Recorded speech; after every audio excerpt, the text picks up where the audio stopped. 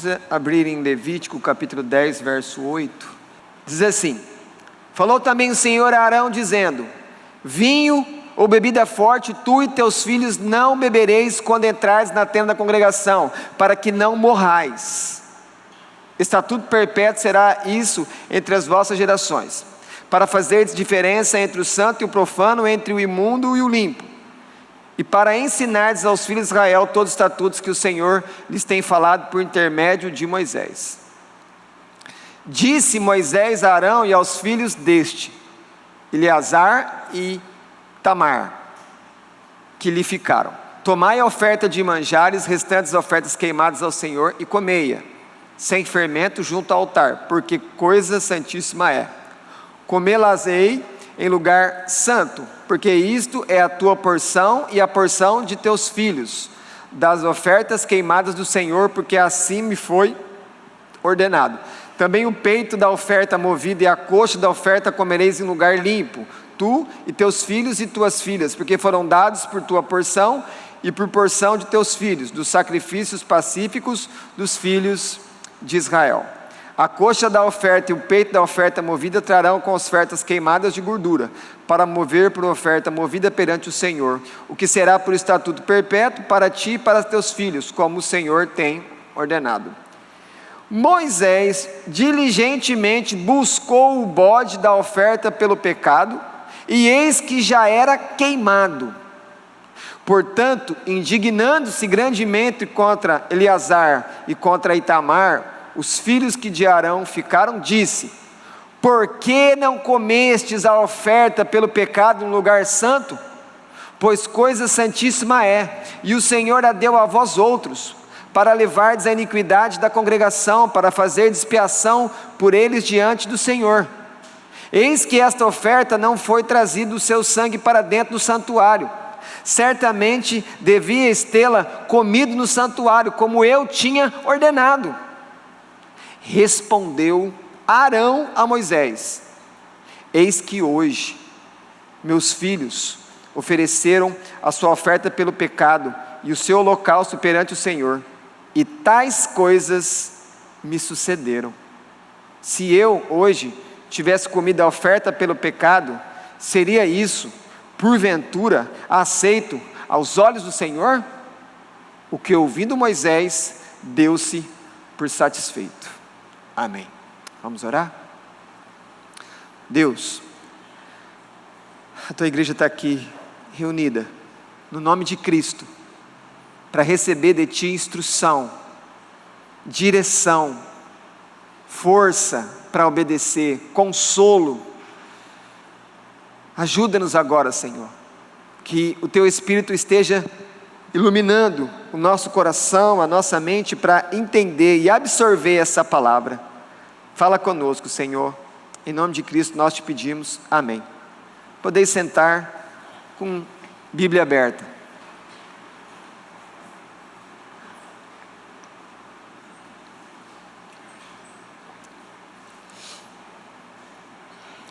Esse capítulo 10,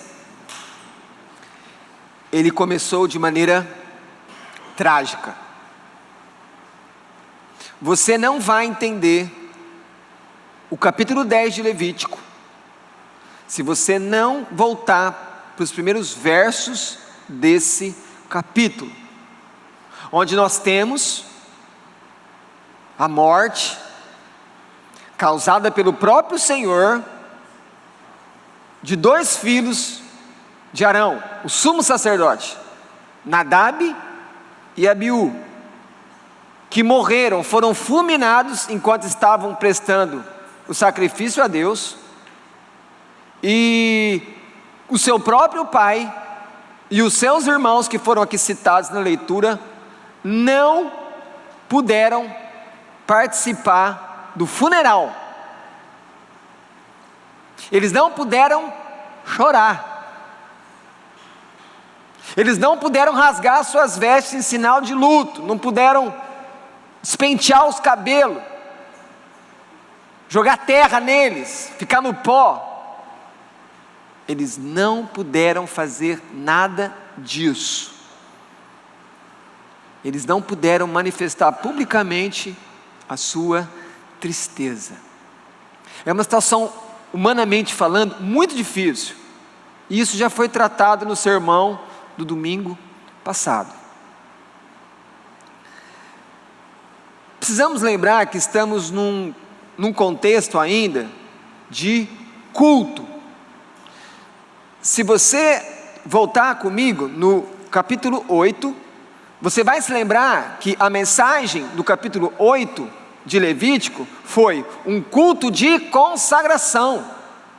Arão sendo consagrado, seus 4 filhos sendo consagrados, recebendo as vestes sacerdotais, recebendo o óleo da unção, recebendo todas as instruções, que Moisés foi aquele que liderou esse culto de consagração.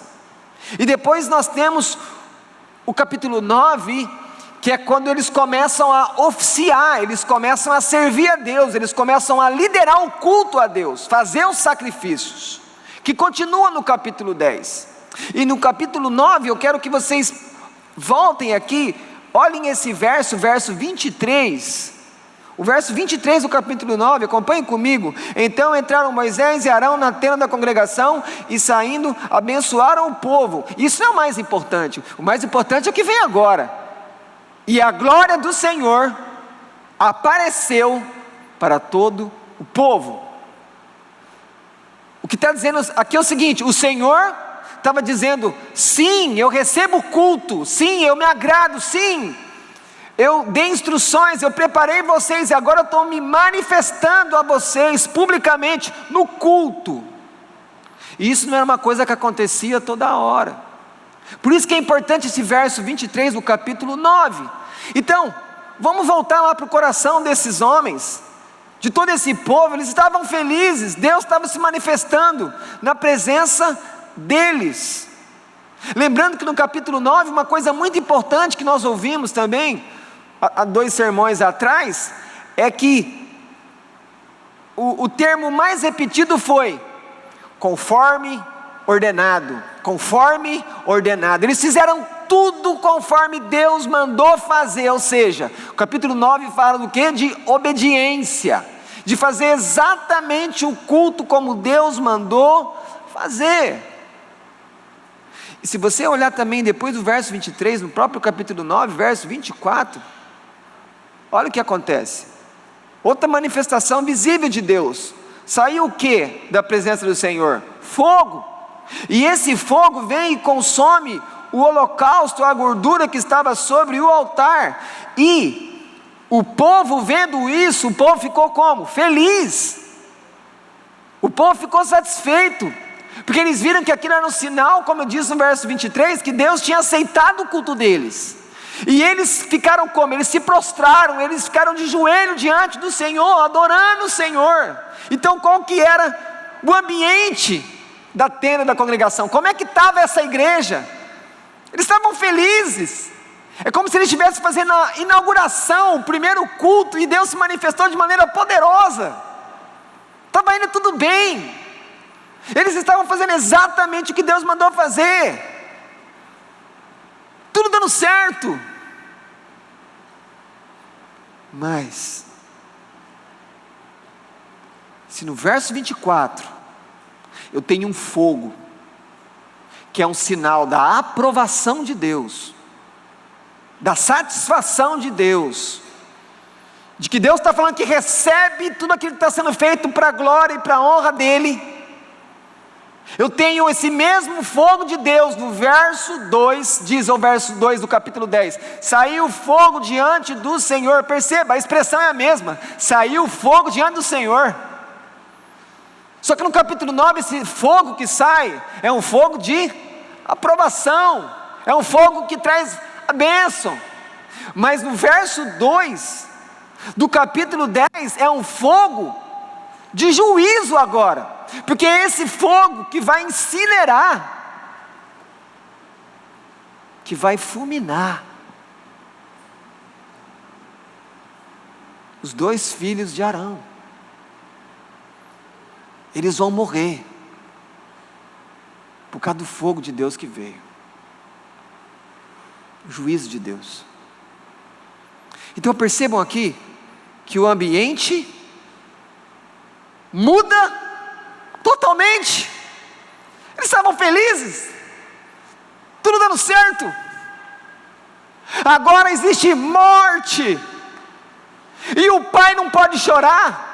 Eles não puderam nem se aproximar dos corpos carbonizados dos filhos, nem os irmãos puderam se aproximar. Por quê? Porque eles estavam com o óleo da unção, eles não poderiam se aproximar de cadáveres, não podia. Que situação difícil. Como que fica o coração desses sacerdotes? Eles são homens como nós somos, eles têm sentimentos, eles têm o relacionamento deles com Deus, eles têm a fé deles com Deus.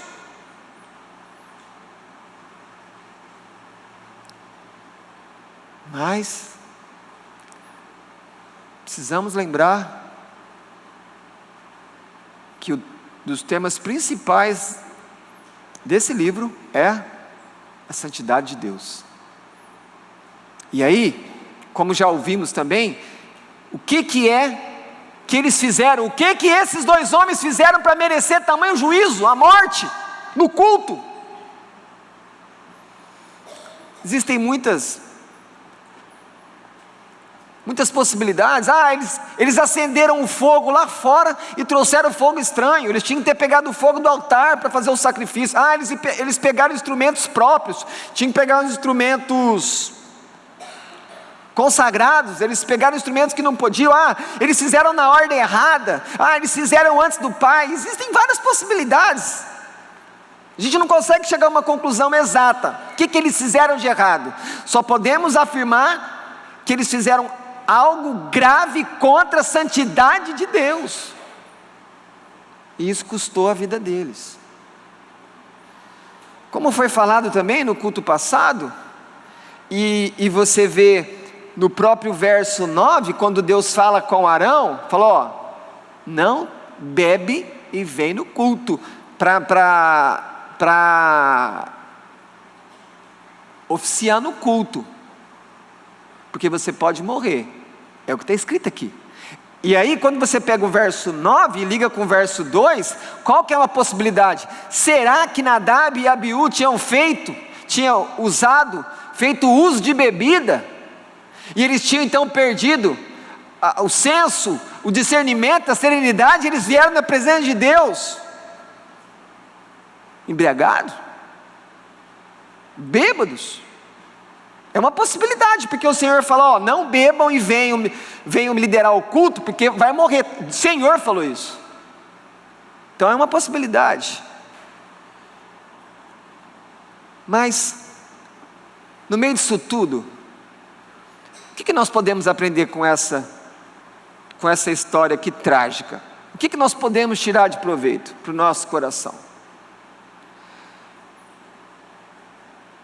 Qual a postura do líder no dia mau? Qual foi a postura de Arão nesse dia, que era um dia de celebração, que era um dia de alegria, e de repente se transforma num dia de tragédia familiar? Qual a postura desse líder no dia mau? Porque liderar, quando está dando tudo certo, é mais tranquilo, não é que seja fácil. Mas liderar, quando uma tragédia chega diante do povo e chega na sua casa, é muito difícil, pode ser desesperador. Arão poderia ter se rebelado contra Deus, o mesmo Arão que já fez isso quando ele fez lá o bezerro de ouro, mas Deus o perdoou. E digo a vocês, se ele se rebelasse aqui contra Deus, se ele saísse da tenda, provavelmente ele ia morrer, porque ele estava com óleo da unção sobre ele. Então, o que a gente aprende com Arão? O que a gente aprende com um homem que está sofrendo terrivelmente? O que a gente aprende com um pai que não pode vê lá os seus filhos. Vejam, nós não conseguimos saber exatamente o que aconteceu, mas provavelmente, Arão, o líder deles, o pai dos filhos, ele que estava lá, ele deve saber exatamente o que aconteceu. O que os filhos dele fizeram errado, que custou a própria vida deles. Mas eu quero chamar a atenção para vocês da primeira postura que Arão tem, mostrando que ele é um líder de Deus. E a primeira postura é que um líder de Deus, mesmo no dia mau, ele continua ouvindo as instruções de Deus. Então, quando as coisas ficarem difíceis, quando a tempestade chegar, a melhor coisa que você pode fazer, escutar Deus, buscar Deus, ouvir a voz de Deus. E aqui me chama a atenção algo que nunca aconteceu na vida de Arão. E eu não estou falando de ter perdido os filhos. Você não encontra em nenhum outro lugar da Escritura o Senhor vindo falar pessoalmente com ele. Deus falava com Arão por meio de Moisés. É o único lugar onde Deus fala diretamente com ele. Olha o texto, olha o verso 8. Você não vai encontrar isso mais na Escritura.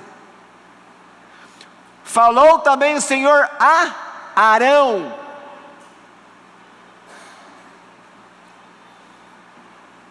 Quero aqui pensar, olhando para a misericórdia de Deus, para um Deus de bondade, para um Deus de graça, mas que também é um Deus de justiça, que é um Deus santo, que na sabedoria dele, provavelmente no pior dia da vida de Arão, um líder do povo de Deus, chamado pelo próprio Deus, o Senhor não vai usar Moisés para falar com ele, o Senhor fala com ele diretamente. Lembre-se, olhando para quem Deus é, Deus sabe quando nós estamos no limite do sofrimento, e Ele se manifesta. Ele não manda ninguém. Não devemos buscar anjos, não devemos buscar profecias. Nos dias maus, nós devemos buscar escutar a voz de Deus, porque é Ele que tem a direção, Ele que tem a instrução. E o que o Senhor fala para Arão?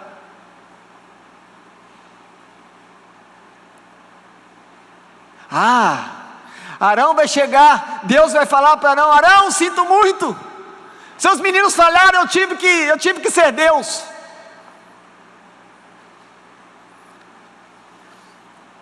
Deus não pede desculpa. Sabe por quê? Porque Deus nunca erra. Um Deus que é santo não pede desculpa. Ele é perfeito. E eu disse para vocês, o tema desse livro é a santidade. De alguma maneira eles afrontaram, desrespeitaram, desobedeceram a santidade de Deus. E uma outra coisa que eu quero chamar a atenção aqui. Vocês percebem que poucos versos um do outro, uma diferença tão grande da manifestação da glória de Deus, né? Que muitas pessoas, eu quero ver a glória de Deus. Alguns versos, 2 versos depois eu tenho a morte. Ou seja, o que o texto mostra para nós? Vocês precisam aprender a acessar a minha presença em santidade, conforme aquilo que eu estou ensinando na palavra. Isso fica claro. Mas o Senhor não vem. O Senhor não vem trazer uma palavra de consolo, mas por outro lado, o Senhor vem trazer uma palavra de advertência. Olha o texto. O Senhor vem falar para ele: não beba e vem para o culto, liderar uma adoração não, meu sacerdote, porque você vai morrer. Então olha aqui para mim, pode ser que você esteja vivendo um momento difícil, mas mesmo assim nessa hora você precisa ouvir uma palavra de advertência. Por quê? Porque o tá ruim pode ficar pior, iria ficar pior. Então Deus fala, não bebam e venham liderar o culto, porque vocês vão morrer. É um texto muito claro, não tem como interpretar de outra maneira. Eu vou ler o texto: vinho, bebida forte, tu e teus filhos não bebereis quando entrardes na tenda da congregação, para que não morrais. Não tem que interpretar esse texto, você lê e já entende. Então o Senhor está instruindo, o Senhor está informando.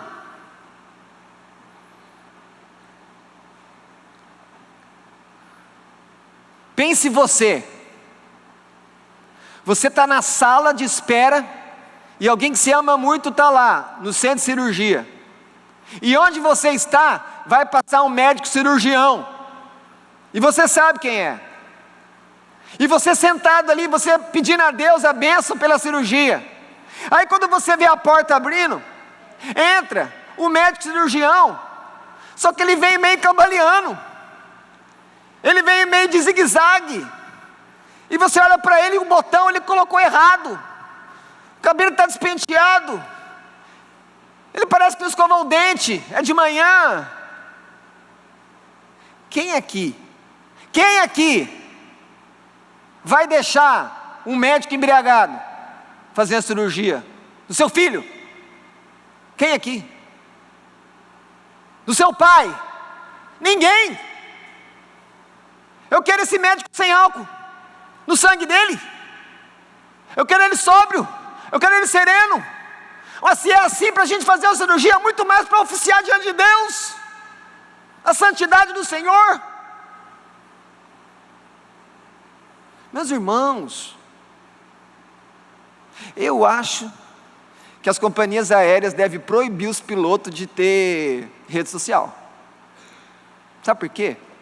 Você imaginou um piloto, ele posta lá à noite um monte de verdinha, um monte de amarelinha, um monte de qualquer tipo de bebida lá, aquele monte de bebida, e ele sorrindo, ele tudo, esse piloto está legal. Quinta-feira à noite, na rede social dele, ele está bonito, ele está lá alegre, está solto. Aí na sexta de manhã, você está lá, você está esperando o voo que você vai. Aí quem que é o piloto? O piloto é o piloto das bebidinhas lá da rede social. Como é que você entra nesse avião, meu querido? Você vai pensar duas vezes, fala, calma aí, esse cara bebeu até que hora? Não, esse cara bebeu, ele bebeu ontem à noite. O álcool não sai tudo assim tão rápido não, os efeitos ficam. Pessoas que bebem a noite inteira, e se pega um carro de manhã, pode até não dar bafômetro, mas ele perdeu o reflexo, ele não responde da mesma maneira. O álcool é depressivo, o álcool tira capacidade plena. Você voa com um cara desse? Eu não quero voar. Você quer? Quem aqui? Ninguém. Eu quero voar com o piloto que dormiu, que comeu bem, que acordou bem, que ninguém ficou pressionando a cabeça dele. Tem que tratar bem o piloto, porque ele tem a direção do avião. Então, se nós olhamos assim para o piloto, olhamos assim para o cirurgião, como é que nós vamos olhar para aquele que está dirigindo? O culto a Deus. Não existe nada mais importante. O ponto aqui é que quando se bebe, você não fica mais inteiro. Para que você vai fazer? Quando a pessoa bebe, ela fica limitada, um monte de coisa não pode fazer. Pessoa que bebe, que fala demais, começa a contar um segredo. Tem pessoa que bebe, que fica boazinha, começa a dar presente. Tem sobrinho que já percebeu que só chega perto do tio quando ele já bebeu, porque o tio fica bonzinho, ele dá tudo que pede, destrava. Ele deixa de ter aquele bom senso que ele tem. Então o ponto aqui é: vem inteiro para mim, Arão. Vem inteiro para mim, Tamar. Vem inteiro para mim, Eleazar. Porque senão você vai morrer. Vocês já perceberam que alguns tipos de cultos que ocorrem por aí, que não são culto ao Deus verdadeiro, existe bebida no ambiente? Que as pessoas levam bebida? Que as pessoas bebem e aí elas fazem o sacrifício, elas fazem os trabalhos com o uso de bebida? Então, se você vai para o próximo verso, lembre que o Senhor fala o seguinte, precisa separar o que é santo do que é profano. Não pode misturar essas coisas com o meu nome, é isso que está acontecendo aqui. Deus é santo, e essas questões aqui iriam profanar o nome dele. Como assim? Aquele pastor lá foi pregar bêbado.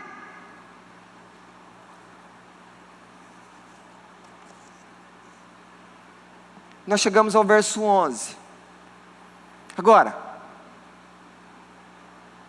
quando você olha para Jesus, e ele vai ter a última palavra com os discípulos, antes de ir para a cruz, ou a última palavra com os discípulos, antes de ser assunto aos céus, você precisa aprender a olhar para essas palavras de maneira com lupa, porque é a última palavra ali, isso é muito importante,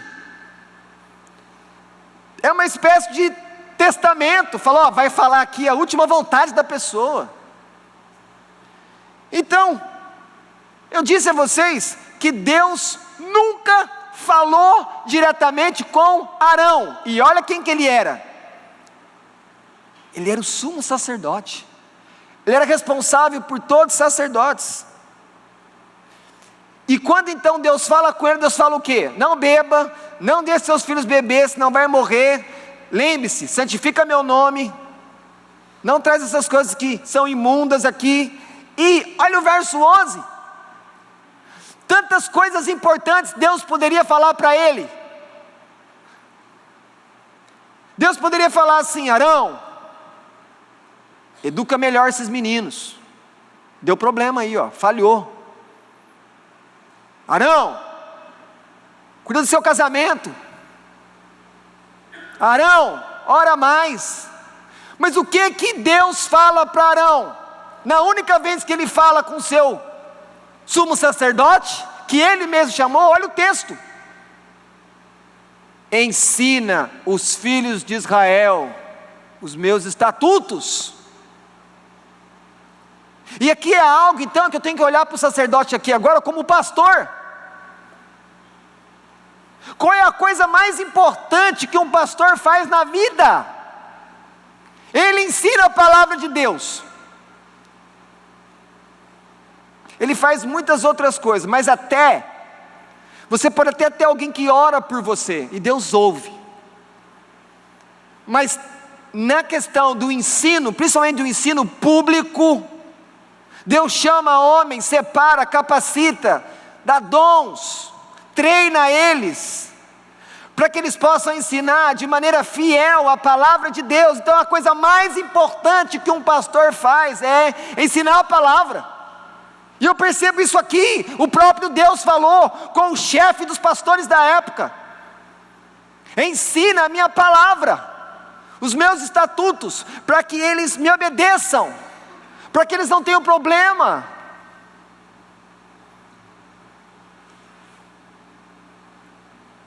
Esse é o principal chamado do pastor: ensinar a Bíblia, pregar, ensinar, estudar, ler. Uma outra maneira, aconselhar. Eu até estava conversando com umas pessoas, já conversei com mais de uma pessoa sobre isso. Às vezes eu vou falar uma coisa aqui que você não pensou, mas na hora que eu falar, pode ser que seja tentado a fazer. Mas é você com Deus, eu vou falar. E na hora que um crente precisar tomar uma decisão, fala assim: eu vou consultar a inteligência artificial. Eu vou pegar uma inteligência artificial que ela é programada café cristã, certinha, bíblica, tudo bonitinho. E eu vou dar o problema para ela por escrito, eu vou falar, me dá a resposta, inteligência artificial. E aí ela vai responder para você. Mas a minha pergunta é, e você vai saber a resposta: Deus está ali? Ou Deus vai continuar usando homens imperfeitos, pecadores, lavados no sangue de Jesus para comunicar a sua instrução, o seu conselho ao seu povo? Porque senão no final a inteligência artificial vai substituir a ação do Espírito. Percebem isso? Porque é o Espírito que usa a mente, o coração, a boca de homens que falam da parte de Deus.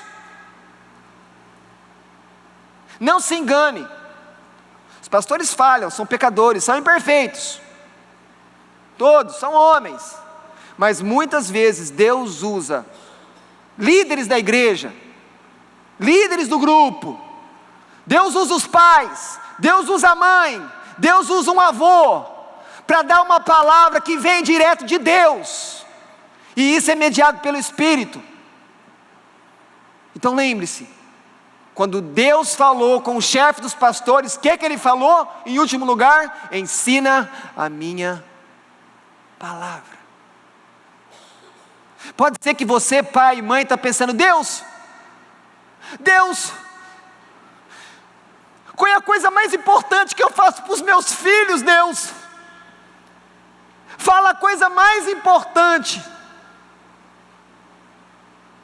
Ensina a palavra para os seus filhos, porque se eles ouvirem a palavra, pela ação do Espírito, eles vão me conhecer.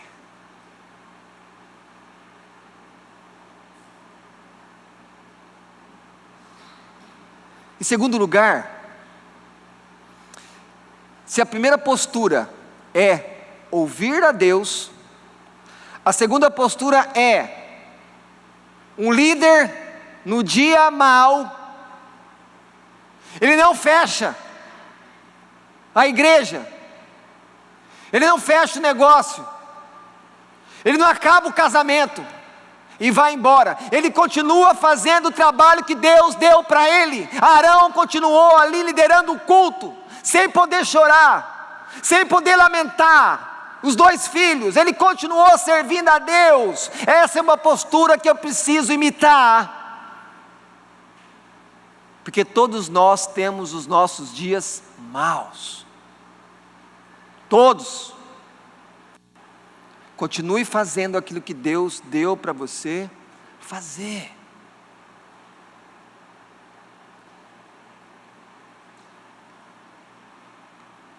Quando eu vejo Arão continuar servindo a Deus com o coração enlutado, uma das coisas mais cruéis que você pode fazer com uma pessoa é quando ela perde alguém querido e você fala, não chora não. Isso é desumano. Quando eu vejo os lutos, os funerais do Antigo Testamento, eles choravam 30 dias, choravam. Chorar é humano, principalmente quando perdemos pessoas que amamos, precisamos chorar, viver o luto. Deixe as pessoas chorar, deixe as crianças chorar, deixe os anciãos chorar, deixe os pastores chorar. Maridos, você não vai ser fraco se você chorar. Arão continuou servindo a Deus, ele venceu 3 coisas. Primeiro, ele venceu o pecado dos seus próprios filhos, porque o pecado dos filhos dele trouxe toda a tragédia para dentro da tenda, para dentro da casa dele, mas mesmo assim ele continuou servindo a Deus, apesar do pecado. Não deixem de continuar servindo a Deus por causa do pecado, porque Jesus perdoa os pecados. Segundo lugar, mesmo enlutado, mesmo profundamente triste, não achem vocês que nós amamos mais os nossos filhos e eles amavam menos. Eu acho que até pelo contrário, eles tinham ligação ainda mais forte. Mas nem o luto tirou Arão de continuar servindo a Deus. Ele foi um líder forte no dia mau. Ele continuou. E Deus espera que nós sejamos assim. Em momentos difíceis, que nós continuamos servindo a Ele, sem desviar nem para a esquerda, nem para a direita. E por fim, Ele também venceu o desânimo. Ele venceu o desânimo da alma dele. Para que eu vou continuar fazendo isso? Isso já me custou 2 filhos. Mas a fé dele, a obediência dele, a fidelidade dele com Deus, foi maior que o desânimo.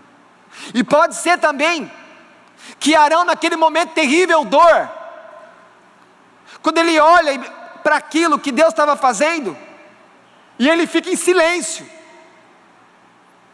Arão não fala.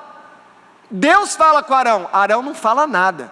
Sabe quando Arão vai falar? Só no verso 19, que ele vai falar porque Moisés interpela ele. Mas esse mesmo Arão, que perdeu 2 filhos, é o mesmo Arão que sabe que Deus foi cheio de misericórdia com ele, porque Arão, quando fez o bezerro de ouro, lá em Êxodo, quando Moisés tinha subido para pegar as 2 tábuas, ele poderia merecer a morte, como eu e você merecemos, por causa dos nossos pecados. Fala assim, como é que Deus perdoa o homem que faz o bezerro de ouro e fala que esse é Deus? Esse homem merece morrer. Deus perdoou ele, e Arão sabe que ele foi perdoado, ele experimentou a misericórdia de Deus. Então, igreja, assim como eu experimento a misericórdia de Deus, eu também vou experimentar a disciplina de Deus.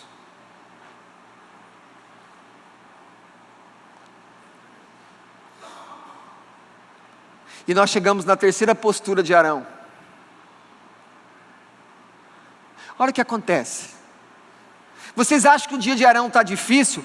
Vai ficar pior. Porque conforme continua o verso 12, Moisés dá uma direção para Arão e para os filhos. Fala, olha, continua o culto, faz o sacrifício e come parte do sacrifício. Olha aí.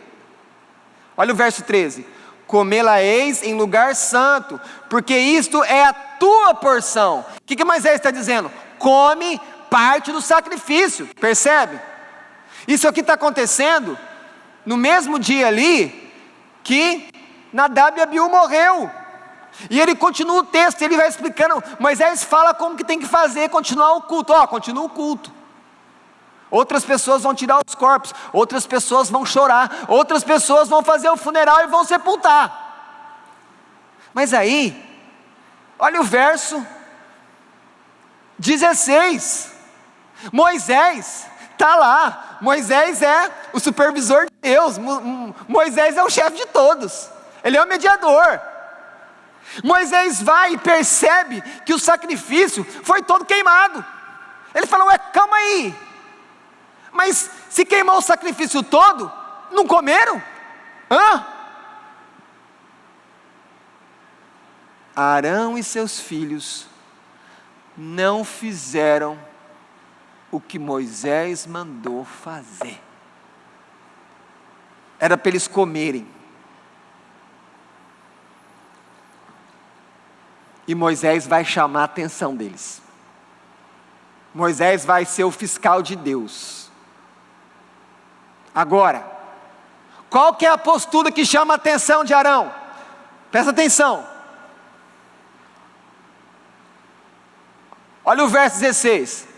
Moisés diligentemente buscou o bolo da oferta pelo pecado, e eis que já era queimado. Portanto, indignando-se grandemente, ele ficou bravo. Moisés ficou bravo. Estou bravo. Moisés ficou bravo. Contra quem? Eleazar e Tamar, os filhos de Arão. E aqui eu quero chamar a atenção de uma coisa de vocês. Moisés não foi direto em Arão, ele foi no sobrinho. Entende? Porque o irmão dele, que é Arão, também não tinha comido. Mas ele vai chamar a atenção dos meninos. Ele não foi falar direto com o irmão dele. Mas é aí que eu quero chamar a atenção de vocês. Moisés chama os 2 sobrinhos, que são sacerdotes filhos de Arão, Eleazar e Itamar, e ele fala: por que vocês não comeram? E Moisés quer uma resposta. E agora vem a terceira postura de um líder de Deus num momento difícil. Um líder de Deus num momento difícil, ele assume a responsabilidade pelo que está acontecendo. Ele não terceiriza, ele não fala que é o outro, ele não põe culpa no outro. Porque se Moisés não foi diretamente no chefe dos sacerdotes, que era Arão, para chamar a atenção, quando Arão escuta que Moisés estava chamando a atenção dos filhos dele, olha a postura dele no verso 19, acompanhe comigo. Respondeu Arão a Moisés: eis que hoje meus filhos ofereceram a sua oferta pelo pecado e o seu holocausto perante o Senhor, e tais coisas me sucederam. Que tais coisas me sucederam? Moisés, meu irmão, os meus filhos foram oferecer o sacrifício, e eles morreram. É isso que ele está dizendo aqui. Você sabe, Moisés, o que aconteceu. Mas ele não termina a resposta dele. Se eu hoje tivesse comido a oferta pelo pecado, seria isso porventura aceito aos olhos do Senhor? No final ele responde o irmão com uma pergunta. E aí agora você tem que olhar para essa postura desse líder. Arão não vira as costas e vai cuidar de outra coisa e deixa os seus filhos sozinhos quando Moisés chama a atenção. Ele vai na frente e ele assume a responsabilidade, porque é ele que responde para Moisés. Então aqui é o papel de um líder. Ele assume a responsabilidade pelo que acontece com o grupo dele, com a igreja dele, com a casa dele, com os filhos dele, com a esposa dele. Essa é uma postura que a gente precisa ter. Seja qual for a liderança que Deus deu para você, seja homem, seja mulher. Mas aí tem uma pergunta: por que eles não comeram? Por que Arão não comeu? Porque por mais que Deus espere obediência deles, que foi transmitido por meio de Moisés, Deus não é insensível. Porque nós sabemos o que é no dia quando perdemos alguém. Por acaso temos vontade de comer alguma coisa? Nem água desce. Não tem fome quando você está em luto. Nós não temos fome, porque nós somos consumidos pela dor, pela tristeza. Então Deus é sensível. E aqui, simplesmente, eles fizeram um jejum. Eles não comeram. E Deus não reprova eles. Porque Moisés, no verso 20, vai falar: Moisés aceitou a resposta. E Moisés era mediador de quem? De Deus. Então quando fala que Moisés ficou satisfeito, eu tenho que entender que Deus aceitou a resposta. Eles não comeram. Por mais que eles não podiam chorar, não foram no velório, não puderam chegar perto, dentro do coração deles eles estavam de luto, e isso não tinha como Deus mudar, amém? Não tem como mudar a sinceridade do coração. Então ele fala: como é que eu vou comer? Eu não vou comer com sinceridade para Deus, eu estou triste, vou comer como? E Moisés aceitou. Também, qual que é o clima que ficou nessa tenda? Como que termina esse culto? Com 2 pastores mortos. Qual que é o clima? Provavelmente eles ficaram com temor. Falaram: calma aí, se a gente fizer alguma coisa errada aqui, e se comer uma parte que não é para comer, e se comer a mais, se comer a menos e tal. Eles também podem ter ficado assim, e Deus entendeu isso no coração deles, esse momento deles, esse temor que eles tiveram. Fala para mim, quando a gente vê alguém recebendo uma disciplina dura, como é que você fica? Você fica tranquilo? Ou você fica atento? Hã? Quando lá na família, um dos filhos recebe uma disciplina mais dura, como é que ficam os outros? Geralmente a gente fala a expressão, né? Os outros ficam tudo pianinho, né? Os outros tudo toma chá de obediência. Eles já melhoram, já a postura já fica outra. Falou, opa, porque se eu for por esse caminho aqui, eu vou receber essa disciplina também. Então lembre-se dessas 3 posturas. No dia mau, continuar ouvindo Deus, continuar servindo a Deus naquilo que Ele te deu para fazer. E no dia das coisas difíceis, se você é o líder, traz a responsabilidade para você. Assume, porque é isso que Deus espera dos líderes, que Ele põe na igreja, na empresa, na família.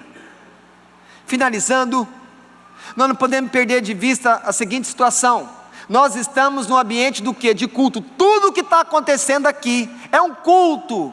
Então lembre-se, eu sempre preciso vir para o culto com um propósito. Eu preciso satisfazer Deus no culto. Fala, Senhor, aceita meu culto. Senhor, eu estou aqui por causa de Ti. Senhor, eu não estou aqui porque o meu pai quisesse que eu viesse para cá. Senhor, eu não estou aqui porque minha esposa falou que eu tinha que vir. Não, Senhor, eu estou aqui porque eu quero satisfazer o Senhor.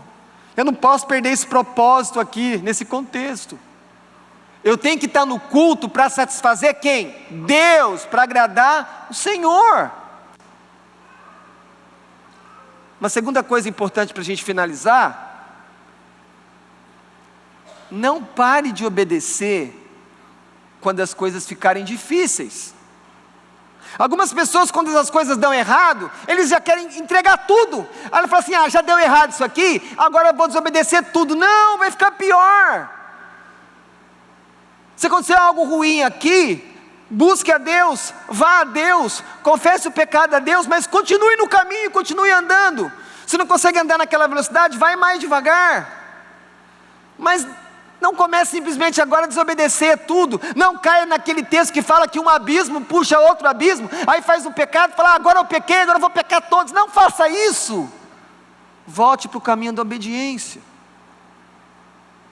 E aí, eu me lembro aqui, aqueles discípulos que estavam indo para Emaús. Que dia?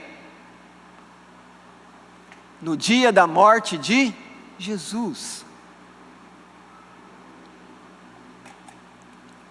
Como que estavam aqueles discípulos?